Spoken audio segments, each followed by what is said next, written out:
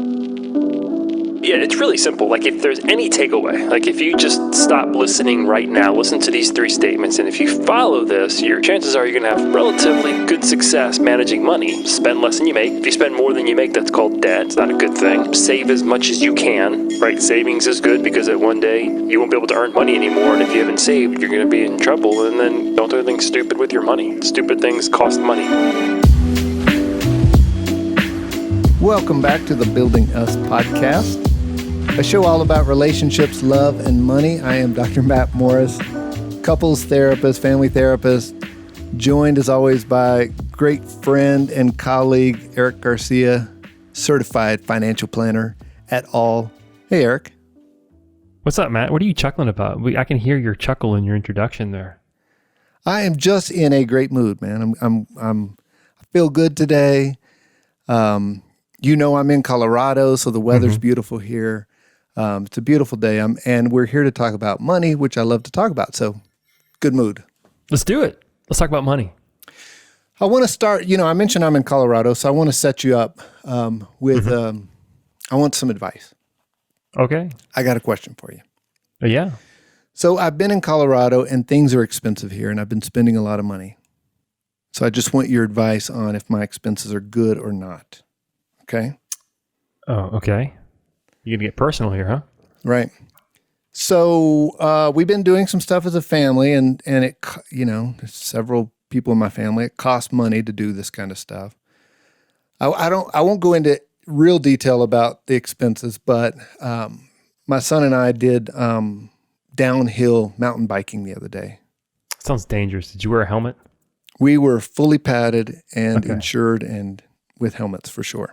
Full face helmets. Okay. But it was expensive. It was more expensive than I was expecting. Mm-hmm. But we had a fantastic time. And we spent several minutes to an hour riding on lifts and in the gondola and making memories and talking and visiting and all those kind of things. And so at the end of the day, I didn't miss the money at all. I thought it was a great expense. Now he's asked to go again. So I'm wondering, financial advisor, good expense or not? Let me give you a second example. Okay. Second example. My parents came to visit the other day here in Colorado. And Mom, I love you. I'm going to tell a story about you. I hope you don't get mad. My mom is never learned. Does your mom listen to our show? She listens to most things that I put out, so it wouldn't surprise me. Okay. My mom never learned to swim. And for some reason on the way up here, they decided that they would love to go whitewater rafting. Okay. Okay. My parents are in their 70s. I mean, they're not, spring chickens, as they say. So a non-spring chicken who doesn't know how to swim wants to go whitewater rafting. Again, are these like class 3 and 4 and 5 rapids? We're talking about like one. It's a small world type rapids in Disney World, or what are we talking about here? It was a couple of hours on the Colorado River, which made the Grand Canyon. So you can imagine it's pretty powerful. But our section of the Colorado was pretty meek and mild. It was not class 3 rapids. Okay. There were some bumps. There were some splashes. I imagine at different seasons in the year, it's stronger than others. Ours was kind of white water floating for the most part with a few rapidy sections. Anyway, nobody got tossed out. Nobody had to swim. It was fine. Anyway, another expense, pretty large expense. Good expense or not? Well, it depends. I'm setting you up. You're today. setting me up. I'm setting you up for today to use my expenses as we talk through your ebook on 5 pillars of financial security. Maybe not all of our listeners know this, but you have written a great guide, a great introductory guide into kind of your philosophy of financial advising and financial planning, called the 5 pillars of financial security. Yeah. And so I really just wanted to provide you kind of a platform, a framework to discuss some of your principles, my own expenses. Yeah. So let me answer your question this way, and then we can jump into the guide. So actually the very reason that I wrote the guide is that personal finances are personal, quite frankly. They're very specific to people's individual situation. And this guide actually came out of some of the work that you and I started doing really early on. It really challenged me to think of, hey, what are the foundational or the basic principles that people need to know and understand when they're making financial decisions? Sometimes as a financial advisor, as an investment advisor, my world can get very technical, and a lot of things that I talk about might not be specific to everybody. So the question that I was asking myself as you and I were preparing a presentation is, hey, what are those things that are applicable to everybody? It doesn't matter demographics. It doesn't matter race. It doesn't matter wealth. What are the very foundational principles that people need to have kind of in their back pocket to be able to make good financial decisions? So to answer your question, good expense, bad expense, well, it just really depends on your individual situation. And these are like the 5 pillars for me are those are the kind of like the foundational things that you need the strategies or techniques, not techniques or beliefs, if you will, to be able to make good financial decisions. Yeah, some of them seem like commitments, and some of them seem like behaviors or actions that you can take that are associated with those commitments. But we'll get into that. Early in the book, you talk a little bit about some of your early memories of money, and you really reflect on some things that you learned from your parents. I learned things from my parents also. We've talked about this a little bit on previous episodes. I wanted to ask you a different question, though. What did you learn from your grandparents about money? That's a good question. So my grandparents came to, I only knew one set of grandparents, and they came to this country. They basically left everything behind, and they were relatively well off in Cuba where they were from, and they came to this country and started from scratch. I had awesome memories of my grandfather. Like I still sometimes I have to go to my mom, like, what did he do? What did he do for a living? Guys, one memory that I have is he would always have like these toys, almost like French market style toys, right? You go to the French market and they got some of the booths set up, and they sell like these like Hot Wheels and crazy just like trinkets. Yeah, he always had those around. Yeah, he always had those around. So like he wholesaled them, I think. I'm not quite sure. But one thing about my grandfather, and this was back in the day when there was not a coin shortage in America, he always had coins in his pocket, and at the end of the day, he would always empty his coins and put them on his dresser, and he would let me take the coins. And my uncle at the time needed quarters to ride the public transit to the RTA to get to work, so I would take the quarters from my grandfather's dresser that he would give me, and then I would go exchange them for dollars. Because I wanted dollars to go buy baseball cards, and my uncle needed quarters to ride the bus, so I would get dollars, and it was a whole lot easier for me to carry around dollars than quarters. Yeah, it was a win-win. Yeah, the transportation in New Orleans, local tip here, requires exact change, so you got to bring exact change. They got like jazz cards and stuff now. You can preload some things, but if you're paying with dollars and cents, don't expect change. Yeah, so it's a memory of money, whether it's probably the thing that I've learned from I would say my grandparents about money and really just family is kind of having that experience of seeing the immigrant experience. I mean, there's a lot of work ethic, kind of what you value, what you don't value family, value relationships, value those family, those familial relationships, and the importance of those. That's probably, I've never really thought about it, but those are probably some of the things that I took away from my grandparents. Well, I'm always interested in people's family stories, so I'll come back to that in a bit, if that's okay with you. Mm-hmm. Sure. A memory that I have from a grandparent. I spent a lot of time with my grandmother. For all of my life, she was widowed and retired. I didn't know her married or working. She was a retired school teacher. But I have lots of memories of going to the bank with her. She would get dressed up. She would drive downtown to where the big bank was. We would take the elevator up to a high floor, and she would go check on her account or accounts. I don't know what exactly she was doing, but I don't think she had a lot of... Didn't she know there were apps for that? Yeah. The app was get your butt in your car, drive down to the big bank and talk to somebody who had a big book. She had those little savings books where she recorded numbers and things with like pencil. But you know what I took from that? I don't think she had a lot of money. I think she was a retired widowed school teacher. I don't think she had a lot of money, but she checked on her accounts regularly. And I think that imparted to me a sense of the importance of money, the importance of personal finance, the importance of accounting or personal accounting and checking on things. And just in reading through your ebook, you talk about knowing where your money is. Mm-hmm. And I think that was what she was doing, was knowing about her money. And I took that from her, that it was important to know about your finances, know where you stand, if you will. Mm-hmm. So I want to get into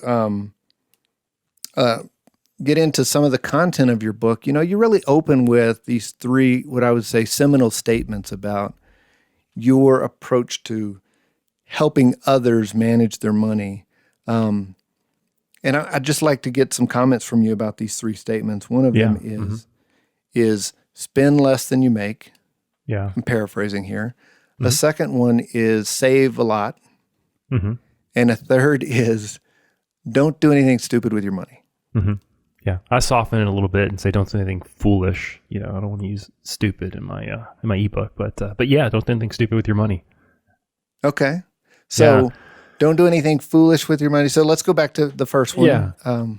So yeah, it's really simple. Like if there's any takeaway, like if you just stop listening right now, listen to these three statements. And if you follow this, your chances are you're going to have relatively good success managing money. Spend less than you make, right? You can't, if you spend more than you make, that's called debt. It's not a good thing. Save as much as you can, right? Savings is good because at one day you won't be able to earn money anymore. And if you haven't saved, you're going to be in trouble. And then don't do anything stupid with your money, right? Stupid things cost money. But really this kind of came from an idea, and I kind of made this connection a couple years ago. My dad would always tell me growing up, son, if you make $5, spend $3, save $2. You know, you never know when you're going to need those $2. Mm. And at the time, you know, it's dad, you know, giving advice to his kids, so you don't think much of it. But then I was thinking, man, that is actually very good and sound financial advice. Before you even think about investing, before you even think about retirement, just, hey, look, if you make $5, spend $3, save $2. You never know when you're going to need it. So number one is spend less than you make. Simple, but hard. Yeah. Yeah. The more I make, the more I want to spend. Mm-hmm. Yeah. And then the second part of that of saving, and realize it says, I say save as much as you can. I don't talk about investments. I don't talk about IRAs. I don't talk about retirement. At the end of the day, you have to save. You have to put something aside for tomorrow, from a very basic principle. And in the section of the ebook on savings, there's various kind of savings. You go into all of those details, but the overarching headline is save. Save. That's right. Save as much as you can. Yep. Yeah. Cash is king. When you have cash, when you have savings, it gives you a lot of opportunities. It gives you a lot of freedom and security. When you have savings, you're able to go to Colorado and spend a little bit of money whitewater rafting, or spend, money going downhill mountain biking. Yeah. Yeah. While here, I also had a flat tire. I don't know if you know this about me, Eric, but one of my first jobs, my second job ever in life that I got paid for, was fixing flat tires. I had a job at the local tire store, and I fixed flat tires. And back then we would break a tire down, separate the tire from the rim, find the hole and sand it all down, and then patch it with a permanent glue patch and put it all back together. And we charged people $5 for that service, and I got to keep $2, and the owner of the shop got to keep $3. So I got $2 a flat tire. So some days, if I fixed 10 flats, I could make $20. Anyway, I say that to say, while I'm here in Colorado, I got a flat tire and I had to go to a tire store.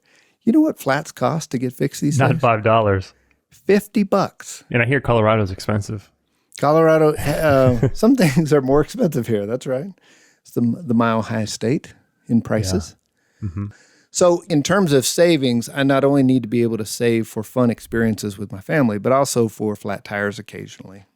Yeah. So there's, sure, we can get to this in the savings part, but really quickly, there's short-term savings and there's long-term savings, right? Retirement is long-term.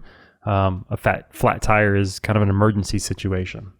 Yeah, I needed it fixed for sure. I don't think we got to the third statement really in depth, but don't do anything foolish with your money. And that sounds like that is somewhat in the eye of the beholder. It is. Is mountain biking foolish? Relative. Yeah. Foolishness, something you do. This is a bit values driven. It's a bit of a values driven thing. Foolish could be making an investment that you're not in a position to make. That could be foolish, right? The same expenditure that I do and you do, it could be foolish for me, but it could be wise for you. Mm-hmm. Foolish could be, spending a lot of money on a vacation when you have, $20,000 of high interest credit card debt. That's a pretty foolish investment because it's going to cost you a lot more, or foolish, the thing to do with your money because it's going to cost you a lot because you're already in debt. So that's kind of a relative statement. Sometimes there's value in having an outsider look at that to discern and make some of those decisions as you're trying to process it. Yeah, that makes sense. You talk a lot about values and aligning your financial management, your spending, your savings, your debt, aligning those with your values. And in the ebook, you talk about these, I would say, two philosophical ideas. One is stewardship and the other is provision. Mm-hmm. Well, connect those dots for me. What are the values that you're hoping people consider and really reflect upon? Well, again, let me say, I try not to project my values onto other people. When I say my values, I'm not talking about like good, wise financial values, but just kind of what drives them, what motivates them. That is unique to people individually. The idea of stewardship and provision actually grew out of two opposite factors, if you will, or two opposite motivations that I find. And I was taught this kind of growing up in the financial industry. You look a lot of marketing, and they feed on two things: fear and greed. Right? Like, oh, if you don't do this, you're gonna die poor, or if you don't buy this insurance, your life's gonna be wrecked. And so a lot of financial marketing tends to be driven on these two human emotions. It feeds on these two human emotions, fear and greed. And as I was reflecting on that, I started to think, well, why do we have to make good decisions, or why are we trying to get people to make good decisions by using these two very negative emotions? I want to look at it from a different perspective. So the idea of stewardship is a much more positive approach. And the idea of stewardship really is simple. The idea is that everything you have, or your money, which your material resources, they're not yours; they belong to somebody else, right? And you are responsible for being wise with it, spending it wisely, and all you have to do is give account to that person who allowed you to manage these resources. So the idea of stewardship is I am stewarding something that belongs to somebody else. And typically when we put that perspective on something, we tend to be a little bit wiser and a little bit better with it. So the story I like to tell is just think of the person who you trust the most, person you have the most respect for. Don't tell me, but just you have that picture in your mind. Everything you have belongs to them. And they say, Matt, all this money, the car you drive, the house you live in, you can use it for you and for your family. All I'm going to ask is that every year you give me an accounting of what you did with the money, right? And we could think of stewardship, and if you're a Lord of the Rings fan, right, the Steward of Gondor, right? You think of the Native American saying that the earth we borrow it from our grandchildren, right? This idea of I have to manage this resource well. Yeah. And then the second idea of provision is this idea that, hey, I'm responsible for providing for myself, and if I have a family, for my family. If I'm charitable, if I'm charitable minded, for a charity. Like, I'm responsible. Like, I work, I have resources, and I have to be able to provide for people. So the motivation for me is to make good decisions that align with those values, right? If I deem something important and I'm not doing that, we had a guest, I think it was Dr. Ben Deshara on our podcast, who talked about your treasures are what you do with your, how did he put it? Your heart is, or what you do with your money is what you value, or something along those lines. Yeah, I need to go back and listen to that episode. It was a great episode about work-life balance, but something about how you spend your money is reflective of your values, your heart, if you will. Yeah, and if you're misaligned in what you're doing with your money and what you really value, then that's eventually going to become a client of yours, because they're going to be unhappy, they're going to be miserable, they're going to reflect, there'll be a lot of regret. So I think a lot of money management, and good money management, if you want to be really intentional and purposeful, is aligning what you're doing with your money with your values. And I think looking at it from a perspective of stewardship and provision, it starts to move you into in alignment, as opposed to making a decision based off of fear or off of greed. I want more, I need more, or gosh, I'm so scared, I need to hold on to my money because I don't know, something bad might happen. Yeah, so kind of going back to my intro stories here, one of my values is to really have a connection with my family members and a connection with my kids, and to build memories with my kids. And so if that's one of the values, and spending money on an activity that supplements that could be a good expense. Yeah, absolutely. I'm a big fan of spending money on experience and building memories. How, I don't know that I've really asked you this question, but how did you get into financial advising, money management, all the stuff that you're in? How did you really get into it? Ooh, I'll tell you the quick story. So I grew up in the insurance industry. My dad was in the insurance industry, and there was always this kind of idea that I was going to follow in his footsteps, and ended up going to Tulane for business school. And while at Tulane, I took a couple classes in entrepreneurship, and the professor was a local business owner, and I went to go see him for office hours one day, and he was in his office and he was trading one of his investment accounts, and he's like, come on in. Do you want to watch? I'm like, yeah. This guy was a pretty wealthy business owner. I mean, a pretty known person in New Orleans. So here I am. I'm in his office, and he's trading on, I think it was a Yahoo account. He was researching on Yahoo, and he's kind of talking through the things that he's looking for. I'm like, man, I kind of like money management. This is kind of cool. And then I started taking a little bit more financial classes in college. To fast forward, I interviewed with a couple investment firms, ended up going to work with my dad in the insurance industry.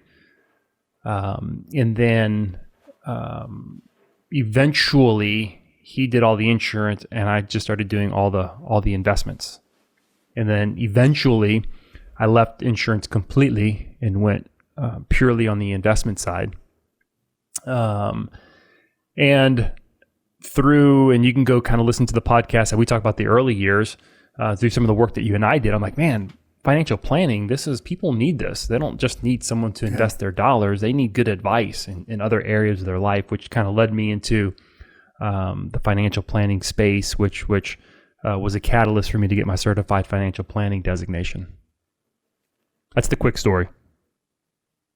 Yeah, I hear you. As you were telling that story, I thought about my own kind of educational journey into family therapy and how I arrived here. I also love that part about that you went and met with a professor, and that was inspiring. As a professor, I have office hours, and sometimes people come to them. Yeah, I think whether you're a business owner, a professor, just anybody, when you take time to talk about what you do with someone else, I mean, you're planting seeds that you may never see the fruit of those seeds, but you're planting seeds, and you're leaving little pieces of legacy everywhere you go. You mentioned a few minutes ago that in writing this book, or part of the process of writing this book, had to do with really trying to crystallize and concretize some foundational principles of financial advising. And it kind of grew out of some of the work that you and I were doing collaboratively. Are you writing and advising only rich people? No. So the principles that I talk about here are across all demographics. It doesn't matter how much money you make, and that's actually a big misconception. People think if you make a lot of money, you're wealthy. There's obviously a correlation between how much money you make and wealth, or your potential to build wealth, but money management is totally it's irrelevant to how much wealth you have. So these are principles that apply to anybody, whether you're just starting off or whether you have millions of dollars in the bank. These are principles that if you don't follow these, there's a good chance that you're not going to be as successful as you can, or you won't be successful at all. Yeah, I used to do some counseling at a local agency in New Orleans, and most of the clients, or all of the clients at that agency that were in my group at that time, had pretty sparse incomes. And as part of the group, we started talking about personal finance and financial management. And these folks, these guys, really enjoyed having someone to bounce ideas off of regarding financial management. And what we often talked about there was, because their incomes were so small, they really needed to manage it very closely, very tightly.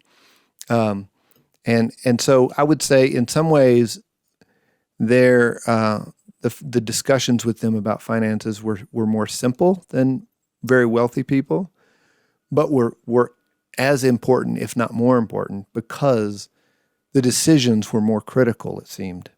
Yeah, the more discretionary money you have, the more discretionary income you have, the sloppier you can be financially.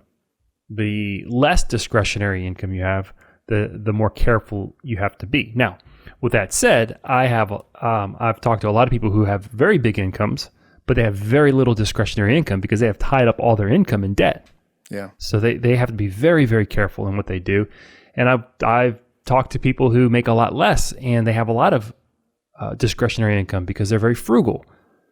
So that the amount of discretionary income, right? How much I make minus how much I spend, or how much is tied up in commitments. The difference is your discretionary income. You can be more sloppy, right? You can make decisions like, when I say sloppy, more margin. Yeah. You have a lot more margin. If you want to go downhill bike riding twice on a trip and it's expensive, and you have discretionary income to do so, then do it. If you value it, absolutely. My son will be glad to hear that. Yes, tell him to thank me. We mentioned this earlier, but kind of got away from it, that your parents immigrated here. Yes. And you talk a lot about values when you're talking about finances. And so as a family person, that generally means that some of those values came from your family and how they grew up and the influences that were around them. What do you know about the people that were pouring into them or influencing your parents when they were young or prior to when they immigrated here? Oh my gosh. So my dad grew up my dad has an interesting story. We should get him on and have him tell it. He grew up, he came from a very poor family, but yet ultimately was raised by a relatively wealthy family and kind of lived in two worlds while he was in Cuba. I don't know. I can't specifically say about what he learned. He probably learned a lot of different lessons, right? He learned a lot about work ethic and surviving from one side. And the other side, he was able to see what it was like to own a business and work hard and to build something. And I think he brought that back with him, what it takes to build a business and everything that goes along in building a business. And then also kind of the the same idea on my mom's side. She kind of grew up in I would say in a middle class family in Cuba. Mm-hmm. So not much different than middle class values here in America. You know, her dad was a representative for a company, a sales representative for a company. So worked hard. Again, the same idea of working hard results in you know a nicer things and a better lifestyle for your family. Work hard, be entrepreneurial, don't spend too much, save some, don't be foolish. Yeah. Sounds like that's where a lot of those ideas may have come from. Yeah. Let's get into these are like, nothing here is like groundbreaking. I would love to say that these are all my original concepts, and I would love to have that. But these are all, I mean, most of the concepts here, I mean, you can go back and read in ancient literature, and you know these are in different cultures. these are good principles to live by. Yeah.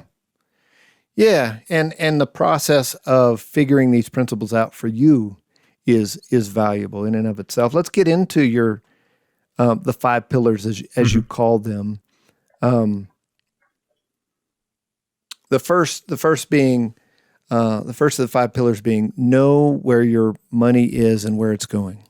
Yeah. So the idea here is, this is kind of what you were talking about earlier about your grandma, right? And I would say if you don't read any pillar, this one pillar here, if you kind of own this will probably have the biggest impact of the other 4. Is you have to really know where your money is. This becoming aware of, what are my savings accounts look like? Do I have investments? It's amazing how many people I talk to who are like, yeah, I think I have an old 401k, but I'm not really sure. I don't have a statement. I don't know how to access it. Do you know how much is in it? Well, I'm not really sure. These are all important pieces of planning. So you have to understand all your, not just what you have, but also what you owe, right? We talk about, in the financial world, we talk about net worth. Net worth is a really simple calculation. It's everything I own, my assets, minus everything that I owe, my liabilities, my debts, and that's my net worth. And that's a really quick kind of scorecard that you can gauge over time. If you're doing well and building wealth, or if you're eroding your wealth. And also part of that is understanding that insurance represents money, health insurance and life insurance and auto insurance and homeowners insurance, that if something happens, if you have a catastrophic event, making sure you have the right insurance coverage in place is important. It's part of the financial plan. So that's this idea of knowing where your money is. And then on the flip side is knowing where it's going. These are your spending habits. It's amazing how many times I'll kind of walk people through the process of taking a look at their spending, and you hear things like, oh my gosh, I'm spending how much on coffee? On coffee? Yeah. Or, we pick on coffee. Don't pick on coffee, man. That's okay. That's values driven. I spend money on coffee and I drive a 9-year-old truck. That's a decision that I make, right? So I can spend more on coffee. But those are the decisions that people need to make. It's become aware of where you're spending your money. And if there's something you value, I don't care if some financial guru says you should only spend, 22.3% of your income on this type of expenditure. If you value it and you want to spend more on it, that's cool. You just have to cut something else somewhere else. Personally, for me, for me, a car is something I like. I mean, I need a car obviously to get to and from work. I want a nice car, but I don't need a very expensive car. And that's a decision. That's a conscious decision that I make. Some people I know like nice cars. They spend more on their cars. Well, I get to spend less on my car and spend more money somewhere else, as opposed to someone might spend more on a car and they have to make a decision to spend less somewhere else. And that's the values. That's the personal part of finance. It's the values driven that, I won't kind of put that value on someone else. It's something that I need to understand your values to give advice to what's important to you. Work within someone's values rather than indoctrinate them into your own values. Yes. So as a financial advisor, then I imagine that there's plenty of scenarios where you're talking with someone, sitting with someone, working through their finances, and they're spending money in accordance with their own values that's not in accordance with your values. And what do you do with that? So not all my clients actually work in a financial planning arrangement or agreement with me. There's a lot of clients that we just do strictly investing for. So they're not necessarily turning to me for financial advice. But if I'll give you a really good example.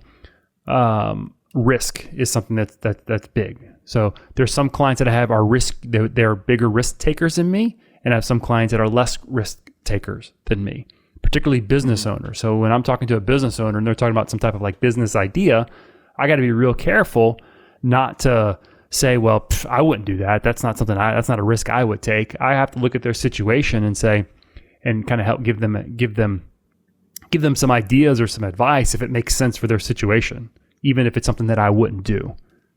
Yeah. We're again, working within their values framework. Yep. That's right. You have a quote in the ebook by Benjamin Franklin in this section that says, "Beware of little expenses. A small leak will sink a great ship." Yeah. You know, when you and I, we've presented together at various professional conferences, and I remember one conference we presented at, we had a PowerPoint slide, and on the slide was an image of these like dollar bills folded up in the shape of small airplanes. Yeah. And they were just flying out into the atmosphere somewhere. Yeah. And, you know, sometimes that's how I feel about my money. It's like, where did it fly? Where'd it all go? Oh my gosh. Yeah. And so this pillar that you're talking about, know where your money is and where it's going, is about knowing where all those little leaks are, as Ben Franklin said, or know where all those little airplanes are flying off to, because it matters. Yeah, it does. It builds up. You know, it's easy to look at your budget, say, or your spending and say, oh gosh, I spent way too much on that one item. All right. Yeah. I just won't do that again. It's hard to see like the 30 different items that you spent, you know, 30 here, 20 here, 10 there, and you add that up and it's like, oh my gosh, if I get better at managing those little expenses, I might be able to max out my retirement plan this year. Is there a little expense that you've had to curtail? Oh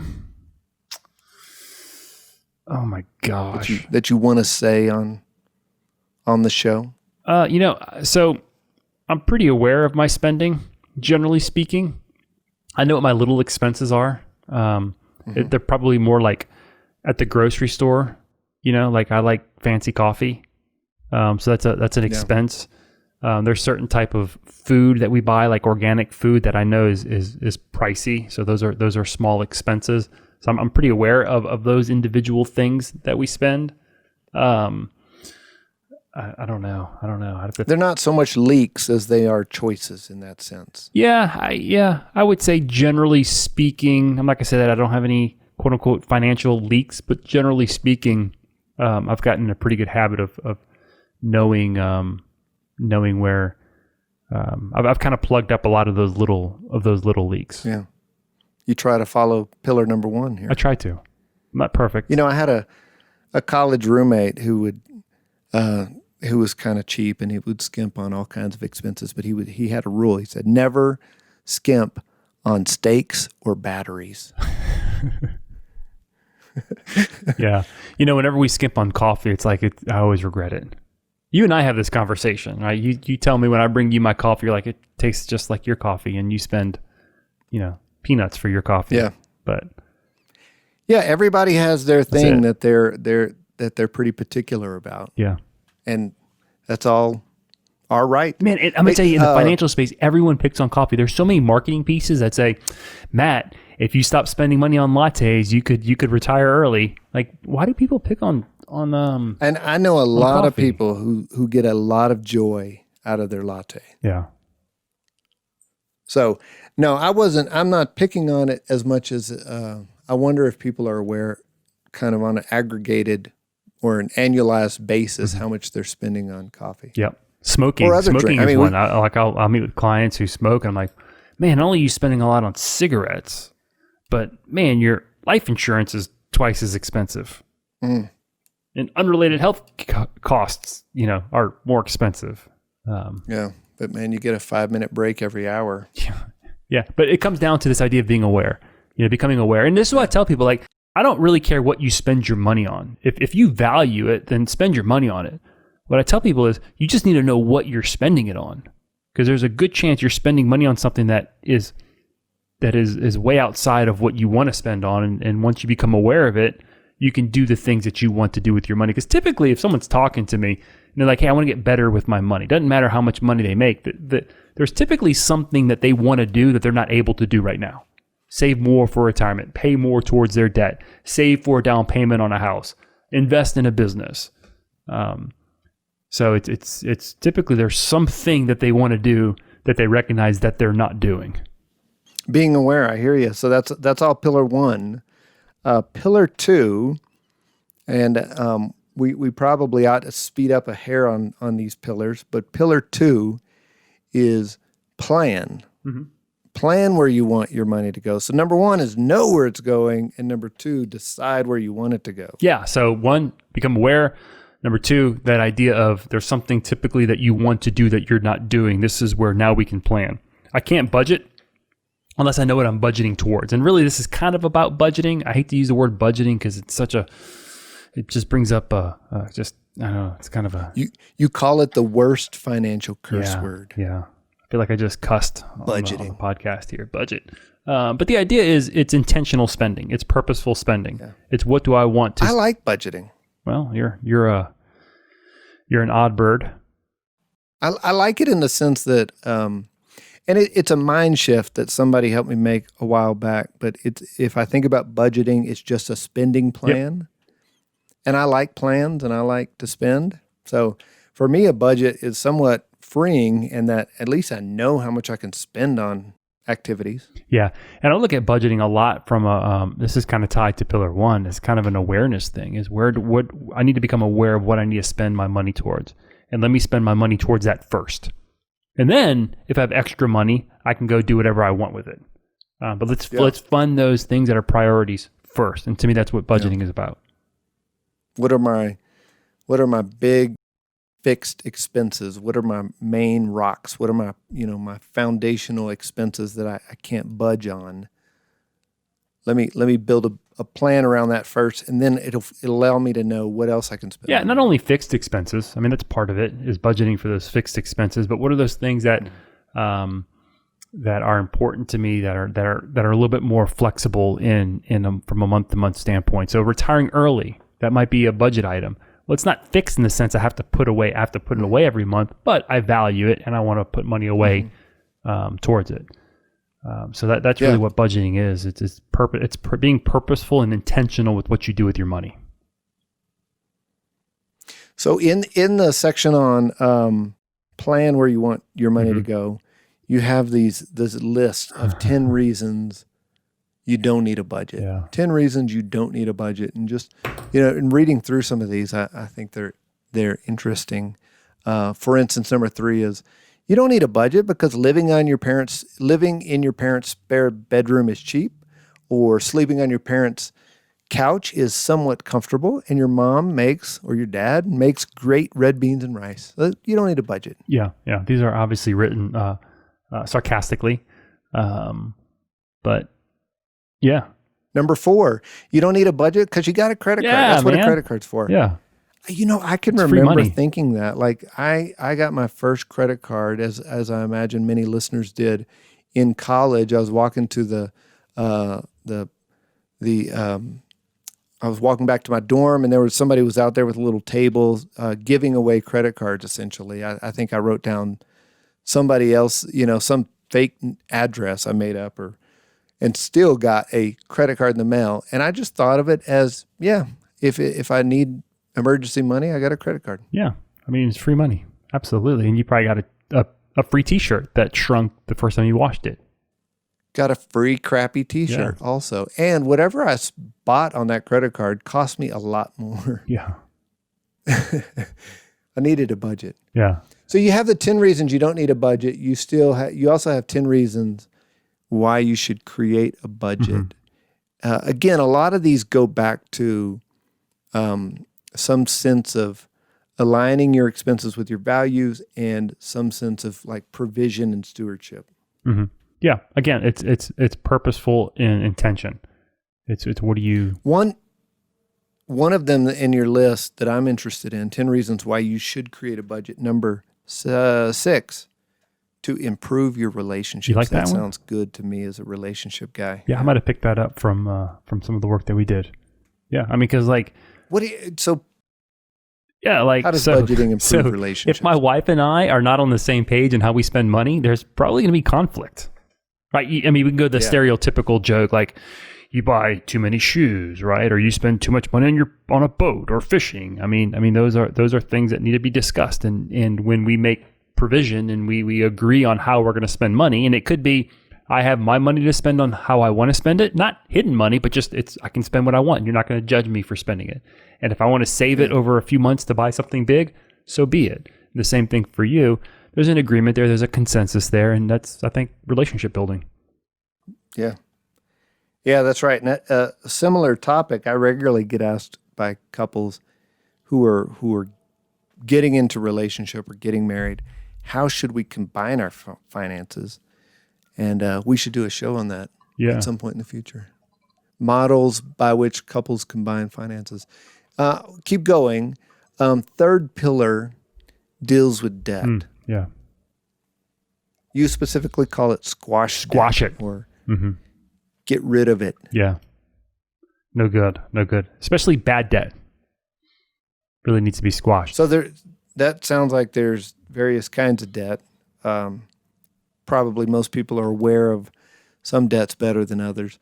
But what are some examples of really bad debt, and what are some examples of more more helpful debt or debt that can help us get ahead? Yeah. So good. It's good. It's a good question. So it's really difficult to survive in our culture without having some type of debt, right? It's almost near impossible to buy a house or a car, especially when you're starting off. So typically I would say that if you're using debt to buy something that you otherwise have to buy anyway, right? Like I have to rent, I'm going to pay, $2,000 a month or $1,500 a month to rent, and I can buy a house for that same amount. Well, you're building up some equity. So that makes sense to have, go into debt to buy a house, or I need to buy a car, right? I need to work, I need to earn money. And this is just a cost of earning money. Well, that makes sense. So long as that you're not buying too much house or you're not buying too much car. I would say bad debt is just think of like consumerism, things that you buy today, you use it today, and you're still paying for it, 10 years from now. That the credit card debt, high interest rate, that's a terrible use of debt. And again, I get like people come on hard times, and debt's a tool, but we should try to avoid it at all costs, because man, it is expensive. Yeah. The interest rates that people are paying on debt is expensive. The amount of debt service, right, what you're paying in interest month over month over month. If you have $20,000 of credit card debt and you have let's say $15,000, because that's the example I use in the book, $15,000 of credit card debt, and you have a 15% interest rate, you're paying $2,250 a year in interest alone if you don't pay any of the principal. And that's a month of mortgage, according to your previous example. Yeah, that's the TV that you bought on your credit card. That's the bike trip that you bought on your credit card. That's this stuff is costing you not what you paid for it, but what you paid for it plus all the interest you're paying over however many years of paying it off. Mm-hmm. Yeah, it's crushing. You're talking about that debt is expensive financially. You and I both know debt is expensive emotionally. How do you see that show up for your clients? It costs them in other ways. Man, oh my gosh. No, just emotionally. Like I'll talk to people who make good money and they have debt and they're trying to pay this debt off, and they want to pay it off because they recognize that it's expensive, and they can't do the things that they really want to do. And they're stressed, man. They're stressed. They're anxious. And if you're stressed and anxious, that can't be good for relationships. No. Yeah, especially if you disagree on the expenses that are related to the debt and it's weighing you down. That's a big one. Ugh. Is you're paying off, you've learned your lesson, and you're paying down a debt on something that you've already learned, and you're reminded every time you look at your statement and you see what you're paying towards a terrible decision in the past, it haunts you and you see resentment. And I'm glad that I'm friends with counselors, because there have been times where I've had to dig deep into my tools and kind of counsel, like, all right, hey, look, we're working on this. That's the past. This is who you are now. This is what we're working towards now. Let's stay focused on what you're doing now. But yeah, it's that's problematic. So debt, stay away from it. Squash it as much as possible. Yep. Pillar 4 Yes. deals with saving. Save for tomorrow. And I guess there are, in reading this section, there are different kinds of tomorrows in different kinds of savings. So you talk about, why don't you start by talking just about the importance of saving? Yeah. So I'll first say spend 3, save 2. Yeah, most financial advisors, this is probably where they spend the majority of their time in pillar number 4. Specifically, I talk about 3 types of savings: short-term savings, mid-term savings, and long-term savings. I would say when most people think of financial advisor, they're thinking very specifically about the guy who's going to help me save or invest for retirement. They're going to invest my money in the stock market. That's what most people are thinking about, that very small part of this entire picture financially. So three types of savings. Short-term savings, I would say that's somewhere between the next 0 to 2 years. This is money that I might need in the next 0 to 2 years. Think of an emergency.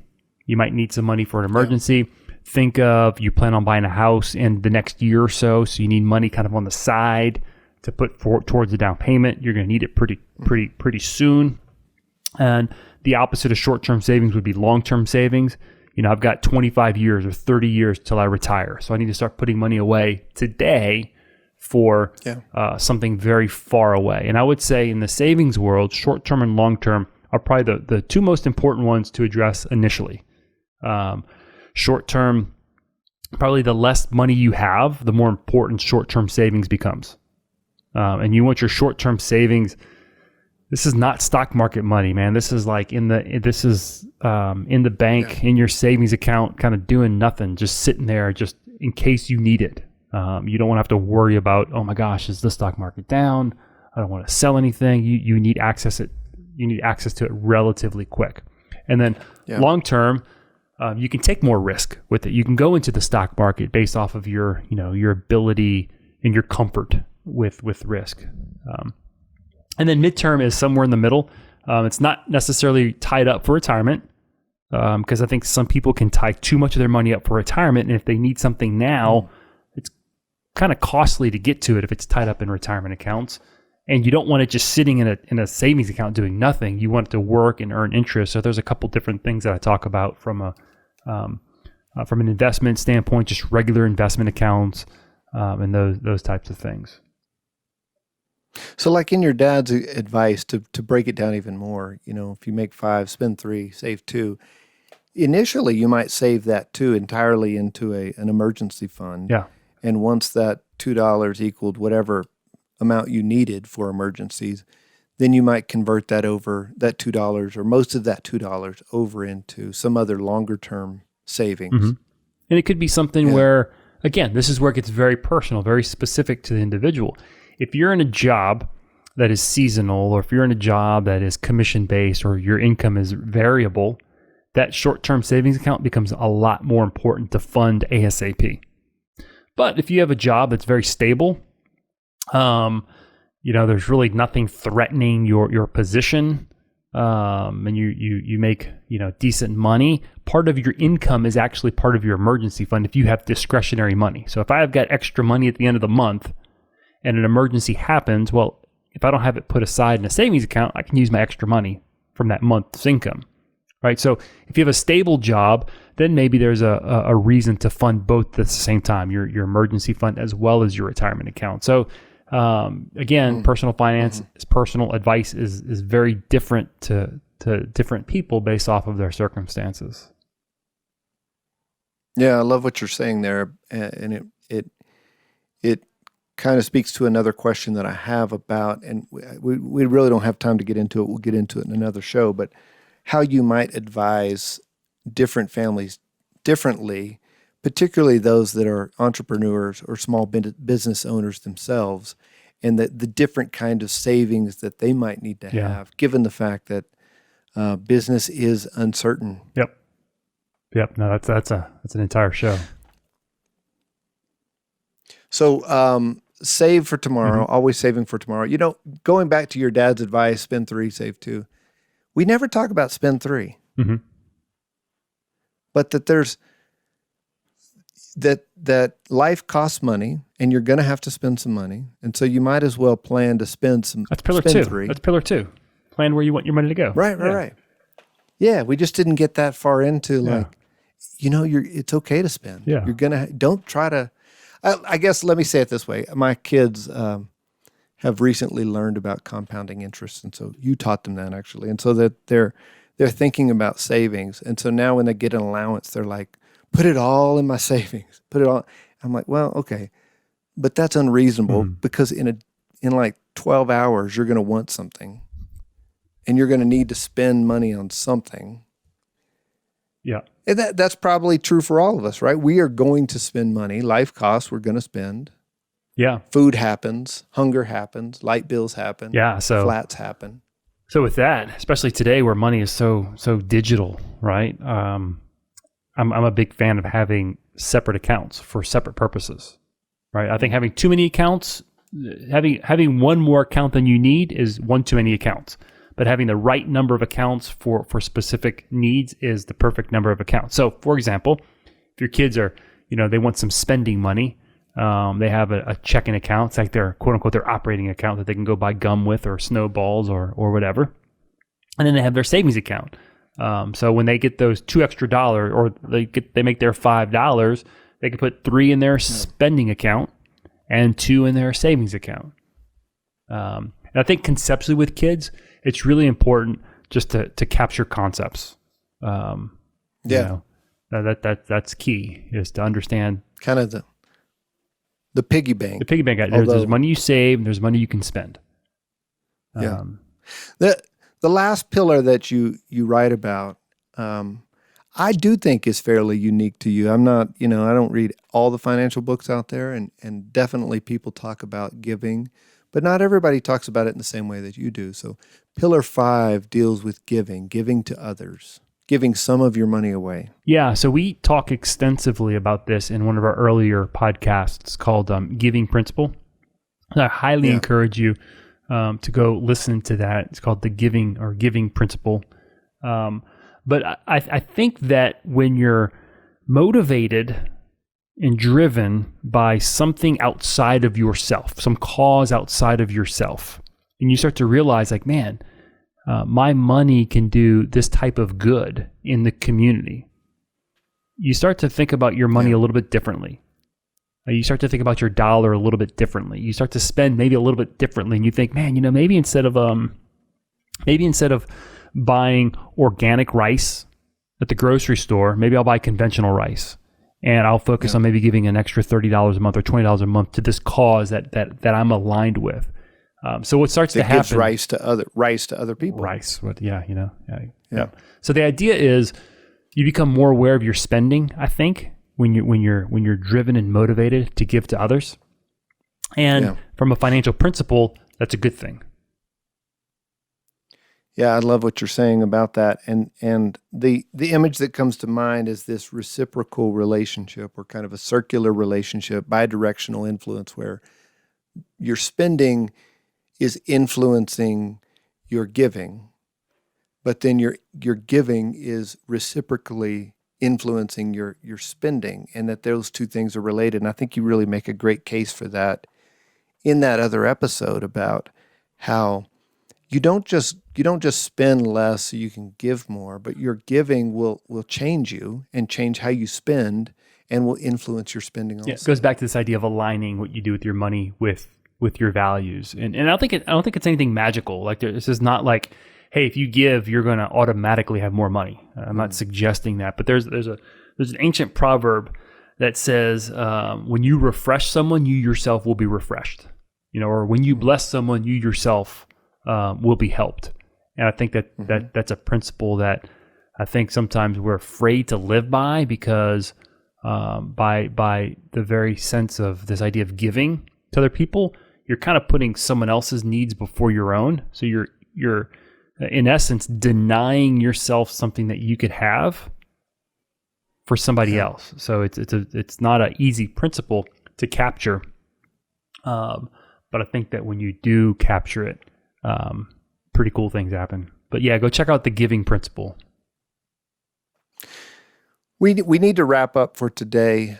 We could talk about each of these in more depth, and maybe we will be able to do that in future episodes as well. I love talking about this stuff with you, and it's really helped me both personally and professionally be better at talking to other couples about this kind of stuff. So for our listeners out there who are therapists, I would certainly encourage you to get some of Erik's materials, and particularly this ebook. But Erik, for any listener out there, how can they get a hold of the ebook and get some of these foundational principles? Yeah, you go download it from my website. If you go to plan-wisely.com/pillars, you can download it there. So it's plan-wisely.com/pillars, and you can download it for free right there. And it's pretty short. It's free. It's free. It is a investment in your time. I appreciate that, man. This is building us, and you know what this is all about. This is all about investing in your relationships. And when you clear up your money, it definitely helps your relationships.